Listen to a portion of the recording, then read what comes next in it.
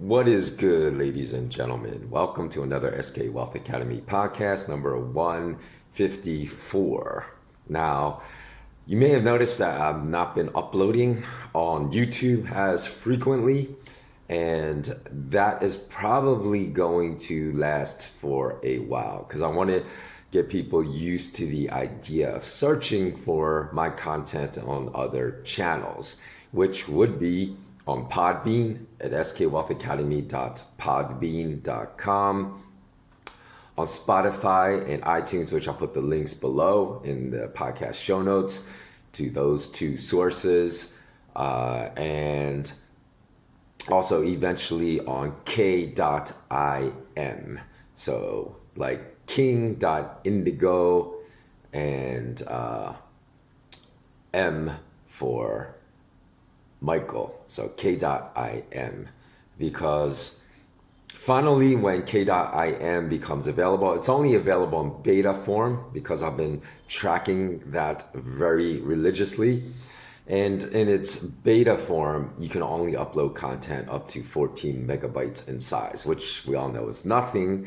So I'm waiting for them to actually launch their full working platform. It seems we're getting closer and closer to that because right now, as we all know, especially in the lead up to the US presidential election, which will be tomorrow, and I don't think we're going to get a winner declared right away. It's going to be probably close enough the result to end up in some kind of dispute. So we may not know who the U.S. president is for weeks on end, and if that happens, then the throttling that is happening on social media, meaning that a lot of people that source their news from social media like Twitter, Facebook, and Google, those platforms are going to continue to throttle any type of content that they disagree with personally. You know, the executives of those companies and CEOs and the owners of those companies that they disagree with personally,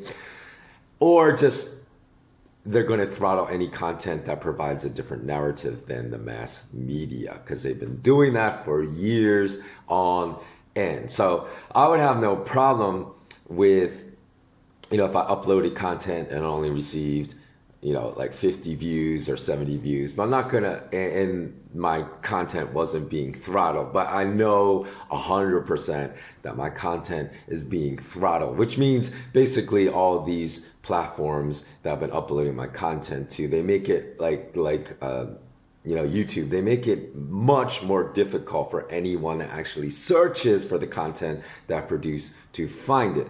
So in other words, they'll blackball my content and now allow people that use keywords to search for content that I produce it to actually find it. So, like I said, if I were only getting 80 views, then I could live with that if my content was not being throttled.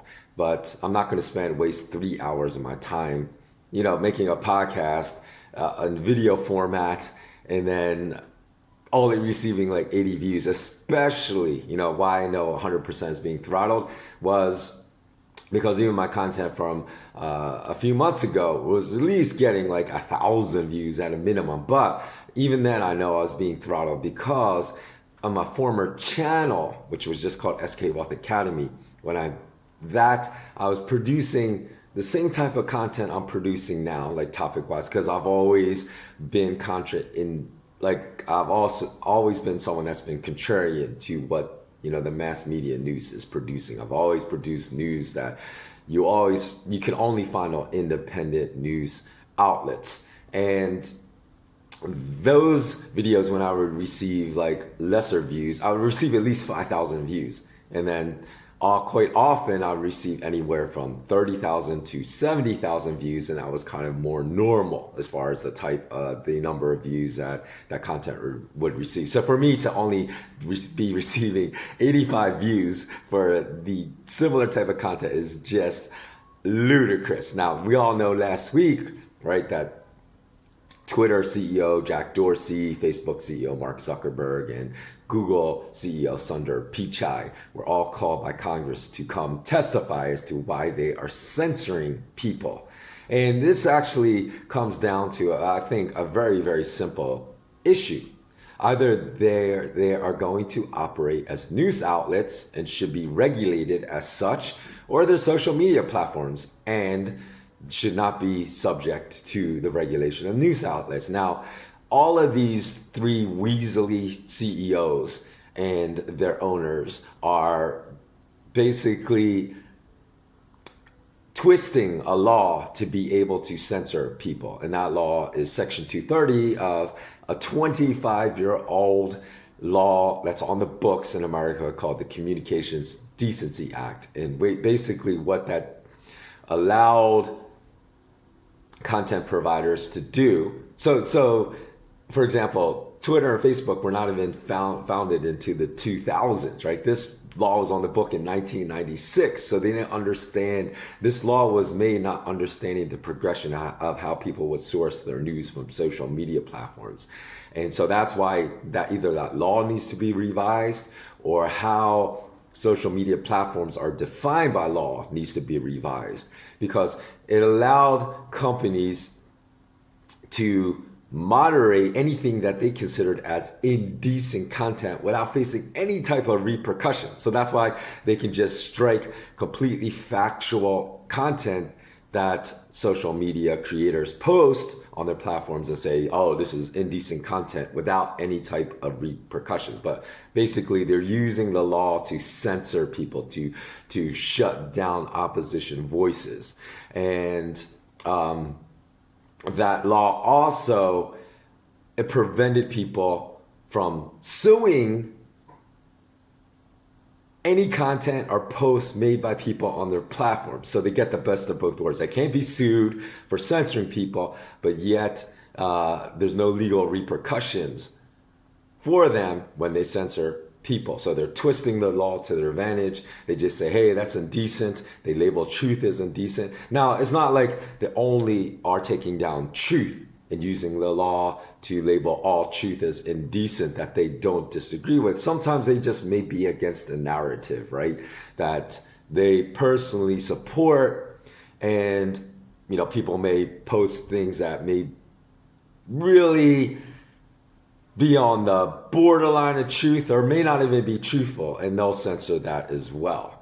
But I think we really need to define it, because it's quite simple. Either they're social media platforms, which they insist that they are, or they're news outlets. So if they're social media platforms, they should never be able to censor anyone. And here's why. Unless these people are specifically, you could put a provision, if these people are promoting terrorism, because they're promoting acts of hatred and violence against specific institutions and individuals, okay, allow these social media platforms to take those kind of posts down, but only in that case. And they should never be allowed to censor anyone for posting even false information, because they're not news outlets. It's not their job to fact check people and take down false information if they're only operating as social media platforms. Because as we all know, they're virtual platforms, right? They exist not in real life, not in IRL, but in the virtual world. So if we're going to say that, or the analogous example in the real world, if they're operating as social media platforms, it would be like any type of real world entity in which people gather socially. So for example, like a restaurant. So imagine if the restaurant owner could hear a conversation and he didn't like what one of his customers said, and he could legally slap a muzzle to silence a person that was in his establishment, or legally kick that person out. That would be the in real life analogous situation, an equivalent act of what Jack Dorsey, Mark Zuckerberg, and Sundar Pichai, along with Eric Schmidt and what's that? The other owner, Google, can't remember that Russian guy, Sergey something. In any event, for some reason his name is escaping me, but that would be the equivalent act of what these three companies are doing in the real world, right? They're just doing it on a virtual online platform. So again, the important thing to note is that they should only be able to take down posts that they disagree with, that are factually wrong, if they're operating, if they are defining themselves as a news company. And that, but the burden should be still upon them, these platforms, to prove that the posts they take down are factually wrong. And they should never be allowed to take these posts down as they are right now immediately. There should be some type of process, and that should be written into law. Like they should be able, like someone that posts something that they say is factually incorrect, and they should be given a 24-hour period to challenge any type of mark these platforms put on their post saying this is not factual. And then these platforms should be legally bound to provide that evidence that they say is proof that these posts are factually incorrect before they've taken it down. And then the poster should be given 24-hour period to challenge. And this will lead to basically an open process by which everyone can see how the process is working.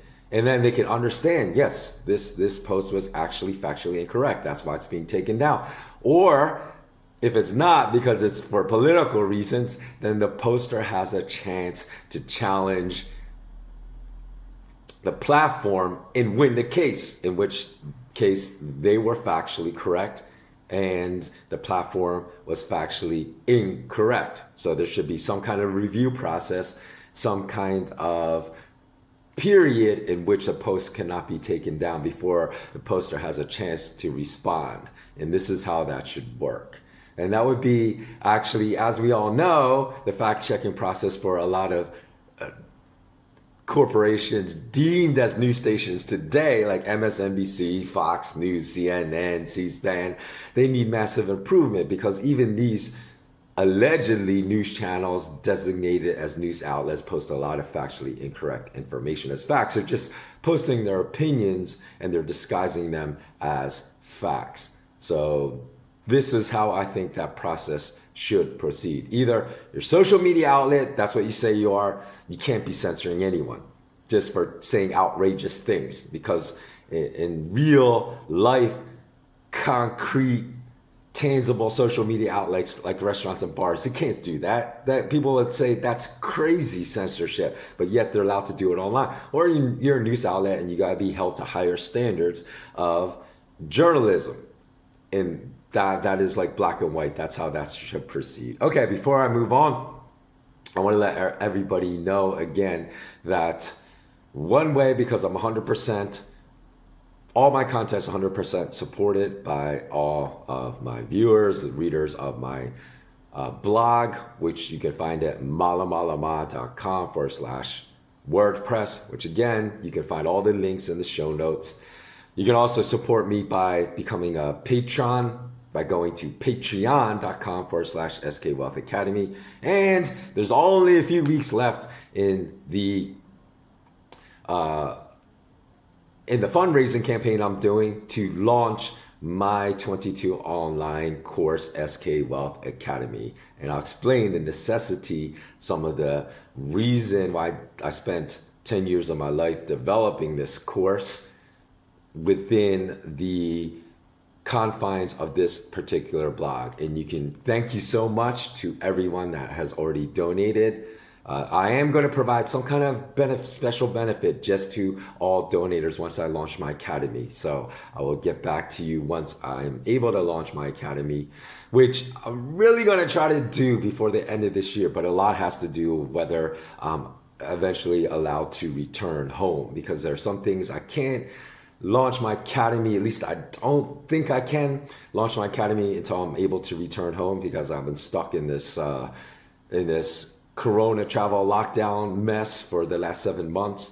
So you can help support the launch of my channel by going to gofundme.com/F like fight /SK Wealth Academy. So let's continue.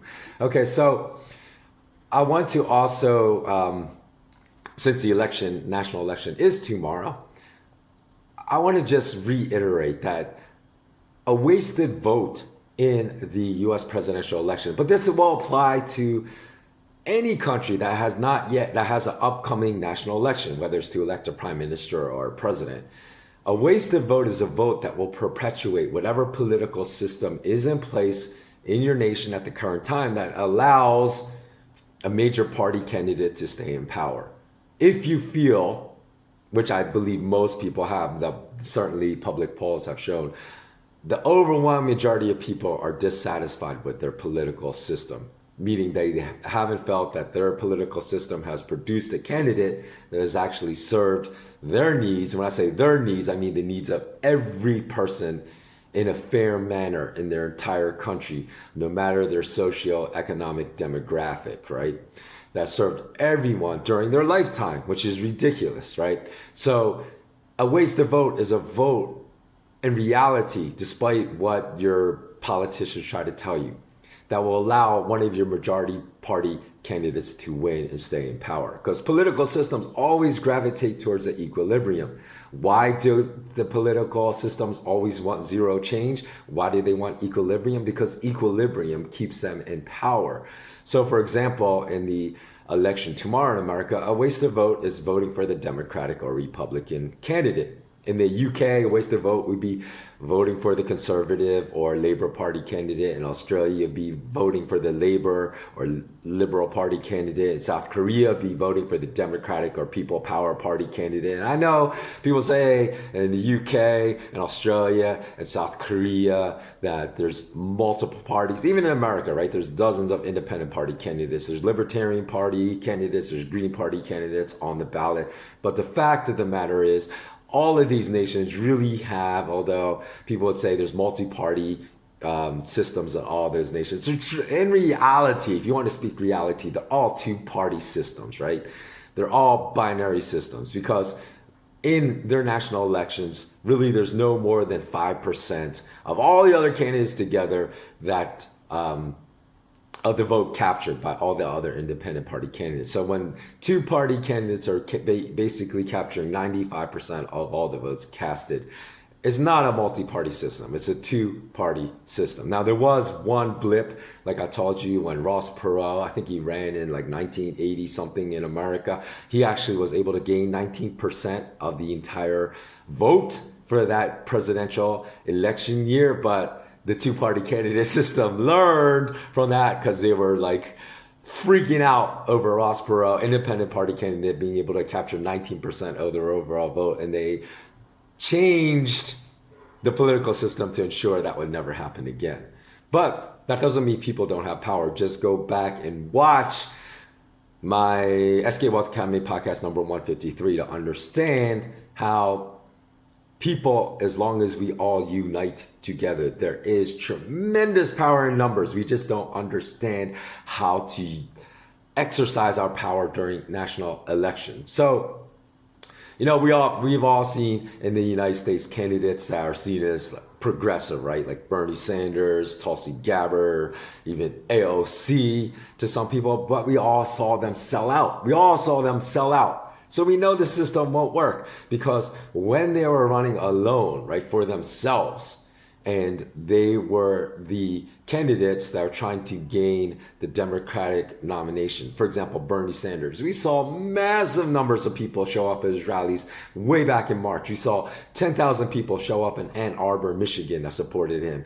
We saw in, what was the other, there was another state.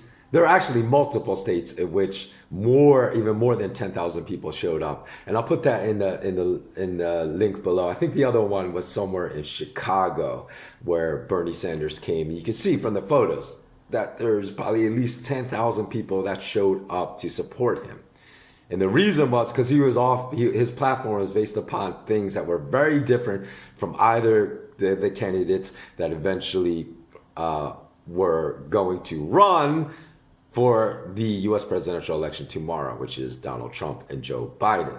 So, but however, we all saw that they all sold out, right? Every single one of them, I consider them a sellout because they will do what is politically expedient for their careers and they don't have the backbone and integrity to stand up for anything that they said during their Democratic presidential run, right? Because we all saw Tulsi Gabbard. She just went on and endorsed Biden because she knows that she was probably asked to. That's politically expedient. It's not the morally courageous thing to do. It's politically expedient. We saw AOC do the same thing. We saw Bernie Sanders do the same thing. But when Bernie Sanders was basically stumping for Biden, we saw the numbers just drop off. I think when he stumped for Biden, that maybe like 50 people showed up.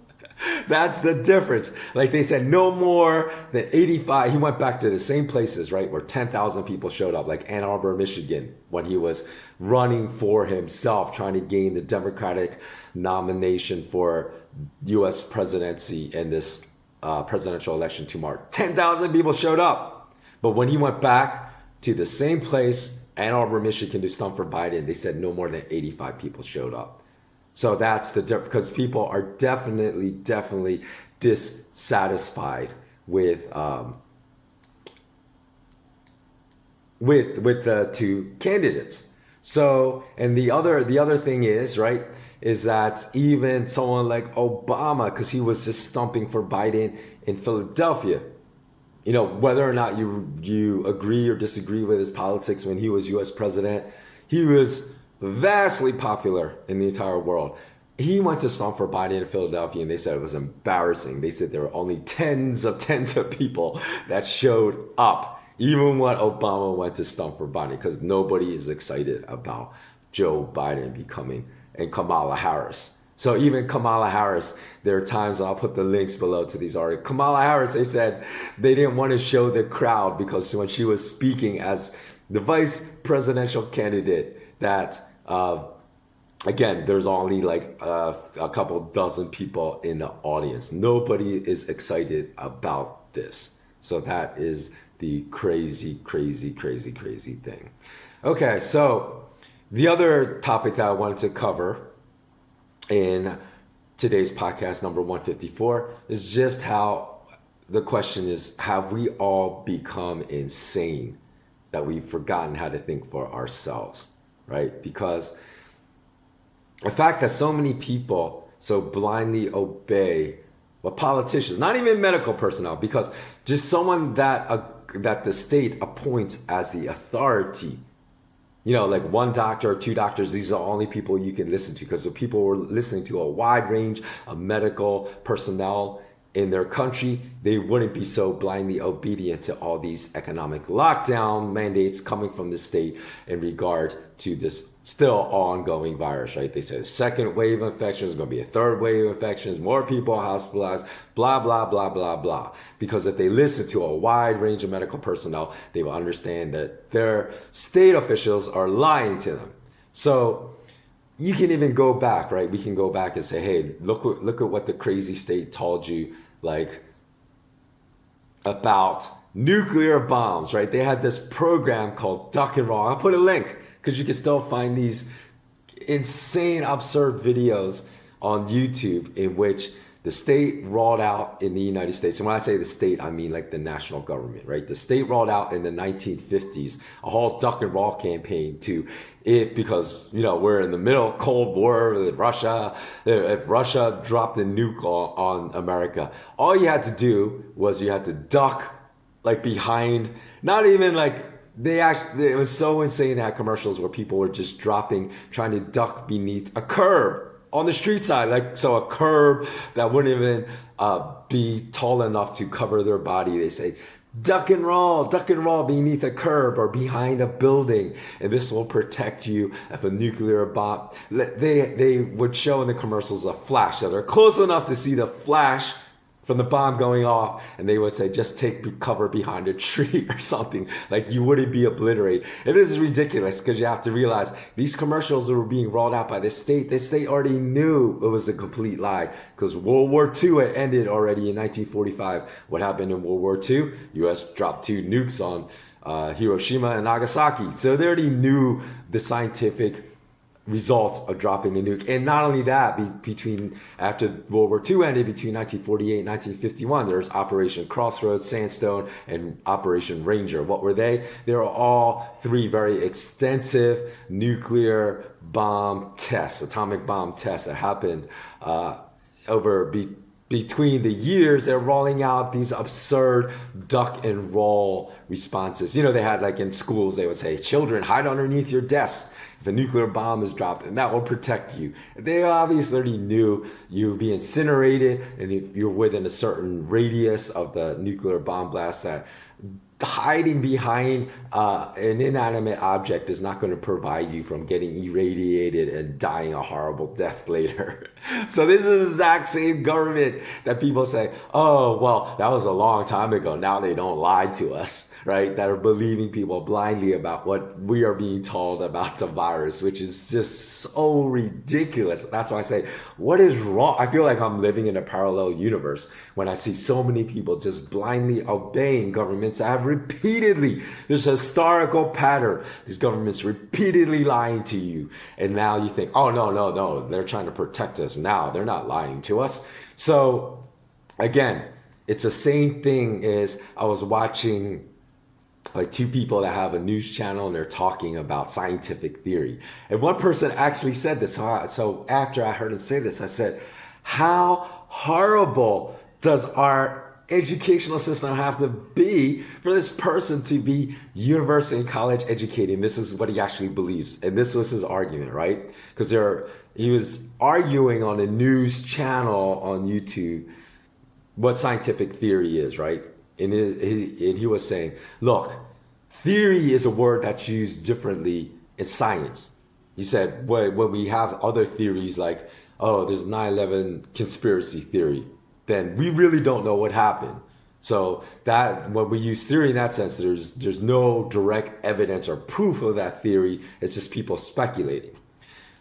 Even though there can be heavy circumstantial evidence of their theories being correct, right? But there's no direct proof. But he said, in science, when you use a theory, that's not what he means. Scientific theory is fact. So this is what he went on. He went on to say, like, evolutionary theory, that's fact. Dark matter theory, that's fact. Gravitational theory, that's fact.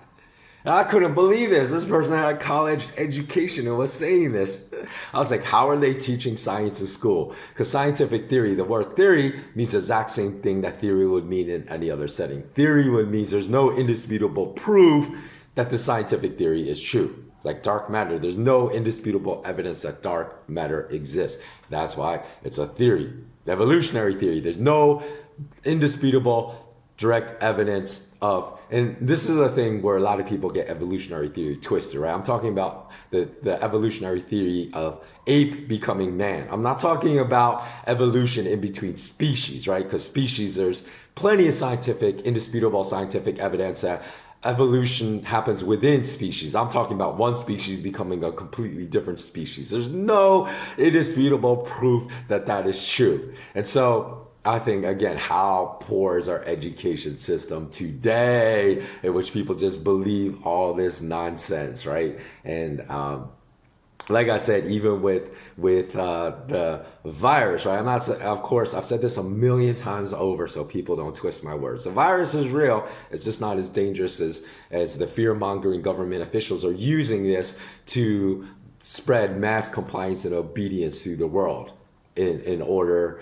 You know, they're spreading fear to get people mass obedient, mass compliant to their mandates, right? And there's a reason why they're instilling a lot of fear, which leads to learned helplessness, which elevates levels of anxiety, which more people are killing themselves under these lockdown measures, right? Because last year in America alone, right, 71,000 people overdosed from drug and alcohol, right? And that's also tied to anxiety as well, right?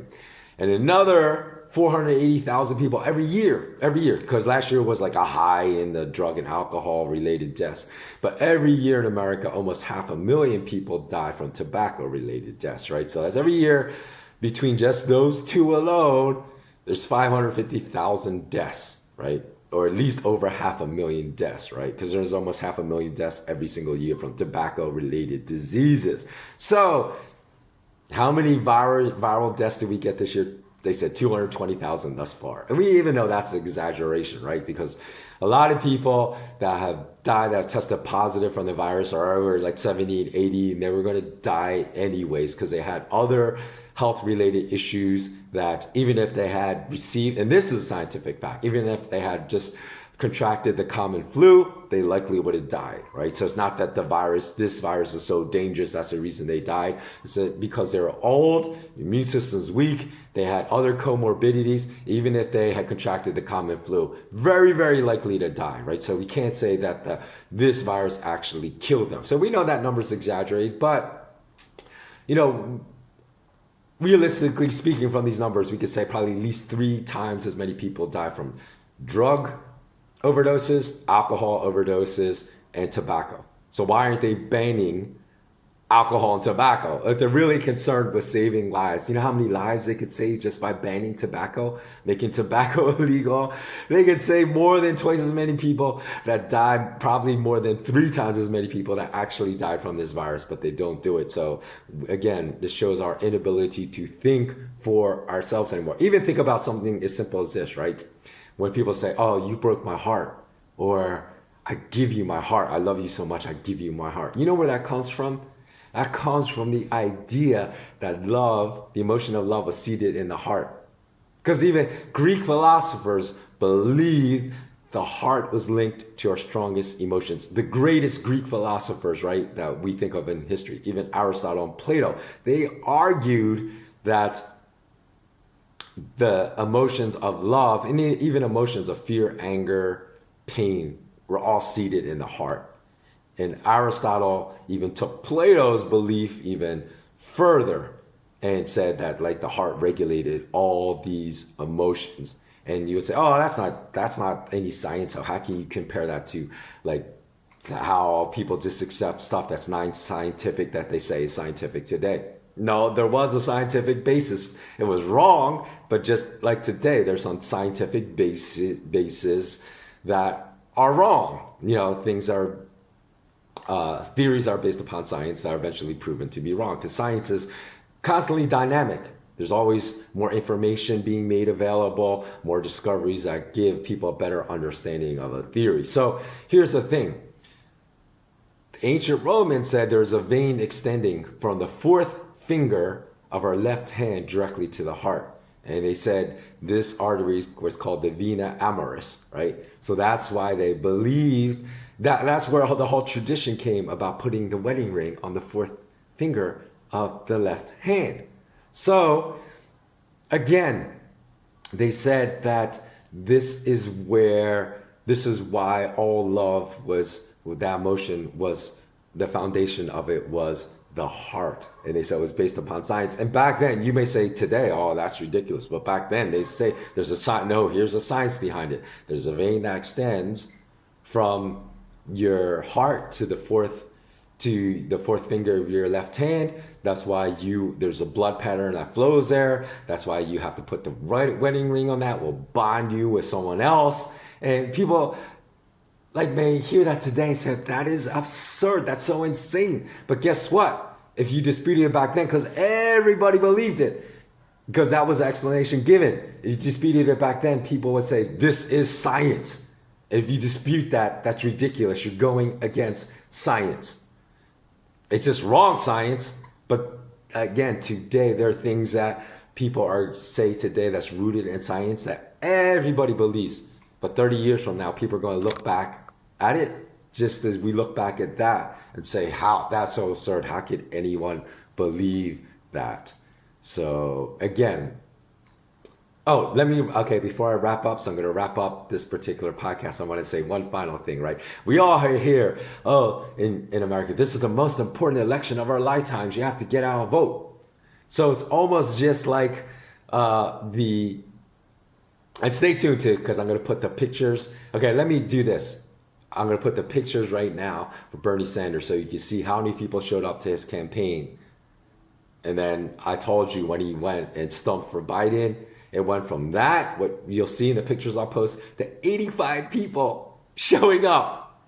Okay, so obviously, if there were a vote, I've said this many times before. Kamala Harris addressed a crowd in North Carolina, and they said that cameras didn't want to move because they said there's probably like fewer than 10 people in the audience. And then Biden and Harris showed up for a rally as a presidential ticket in Phoenix, and again, they said almost nobody showed up. Okay, so I'm gonna put these pictures now, and I'll be back.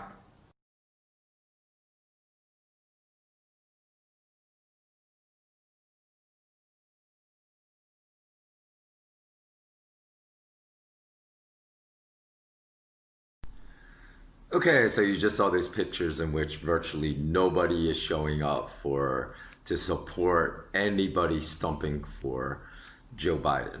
So whether that's Bernie Sanders, when 10,000 and more than 10,000 people showed up to support him earlier this year, and whether it's former President Barack Obama. So that just proves that most people are dissatisfied, completely dissatisfied with their choice if they're a Democrat for their presidential candidate, but will just likely vote for him because they see him as the lesser of two bad choices, which is exactly what the ruling class wants. They want the Democrats do not want a person to be nominated that was going to actually make positive change for the people. As hard as that is for some of people out there to believe that don't understand how the ruling class think in their mentality. And so I was trying to think of some kind of pop culture reference to the ruling class narrative. This is the most important election in our lifetime, so you must go out and vote.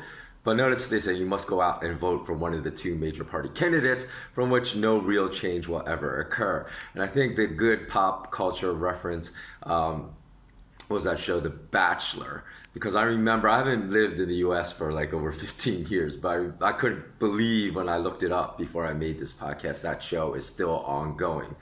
But in their finales, I found some clips online in which they would say, the most dramatic season finale ever, or the most unexpected, thrilling season ever. And that's kind of like the same message being promoted with, you must go out and vote. It's the most important election ever. Although the only way it would ever be the most important election ever is if you voted independent. So let me stop 1 second here and insert those videos. Look at what promises to be one of the most dramatic and emotional finales ever. It's the most intense and emotional ending ever. Okay, so you saw those videos I put, and the message is being promoted. This is the most important election ever in our lifetime in America, so you must vote. So again, please do go visit my podcast 153. Again, you can download that for absolutely free at skwealthacademy.podbean.com. And if you go there to download the MP3 audio file so you can listen to it on the run, please also do subscribe, because that does help my channel grow. Please do help it subscribe. So, and then you could find out why I say voting independent is the only way to affect real positive change for all of us. Because you have to realize that even if the votes are not going to help to elect the candidate you want elected, whether that's, the Libertarian Party candidate Joe Jurgensen, whether it's the Green Party candidate, whether it's Jesse Ventura in Alaska, whether it's you want to vote for Kanye West, even that is not a wasted vote. And I explain why, because we have to realize that the way to affect real change is to muster up, first of all, to unite as one. Stop fighting against each other, to unite and use the power of numbers. Okay, so the only way to do this is over a multi-election, multi-year cycle. So if you realize that the strategy is executed over a multi-year and a multi-election cycle, that eventually a completely independent party candidate can be elected that will serve our interests. I tell you how this can be done in podcast 153. Please go listen to podcast number 153. Okay, That just about sums it up. Please do remember, all my content is 100% supported by all of you. I don't receive a single penny from advertising revenue. Please recall that if I disappear from this channel, you will be able to find me in the very near future on k.im. Again, k.im, king.indigo, Mary, k.im. You will always find my articles on malamalama.com/WordPress. If you read a reader at Zero Hedge, please bookmark my malamalama.com/WordPress site. I'll put the links again in the podcast show notes below, because you will always read my articles. Sometimes they're time sensitive first. They're published first on my website. Sometimes Zero Hedge picks them up and then publishes it on their website. So you will always find it on my website first. So sometimes even 2 or 3 days before it's published on Zero Hedge. And then also, so please do me that one courtesy. Don't follow me on Zero Hedge. Follow me on my website, because all my articles are always published there. If you want to also support me, thanks so much to my wonderful, awesome Patreon community. You could also subscribe for $5 a month to get additional bonus content at patreon.com/skwealthacademy. Stay tuned, because probably in a couple weeks I'm going to put another sneak peek into the long format podcast for Patrons only. So you can kind of get a sample. If you've been thinking about signing up and have not yet, you can kind of see the valuable information I provide to my patrons only for $5 a month. And thanks so much for everyone that's donated to my GoFundMe campaign. There's only a few weeks left. So if you wish to help me launch my 22 online course I've been working on for 10 years, if you understand some of the concepts of in this particular podcast, and the fact that I think it's insanity that so few of us can actually exercise our ability to think for ourselves. So that's why I felt my academy was so necessary. And if you want to help me launch that, just go to gofundme.com/F like fight /SK Wealth Academy. Okay, thanks so much for watching. Don't forget to like this video. Don't forget to comment below. And if you're listening to this on Podbean, don't forget to subscribe. Become a subscriber there. And always remain intensely curious. Always remain immensely courageous. All right, so long.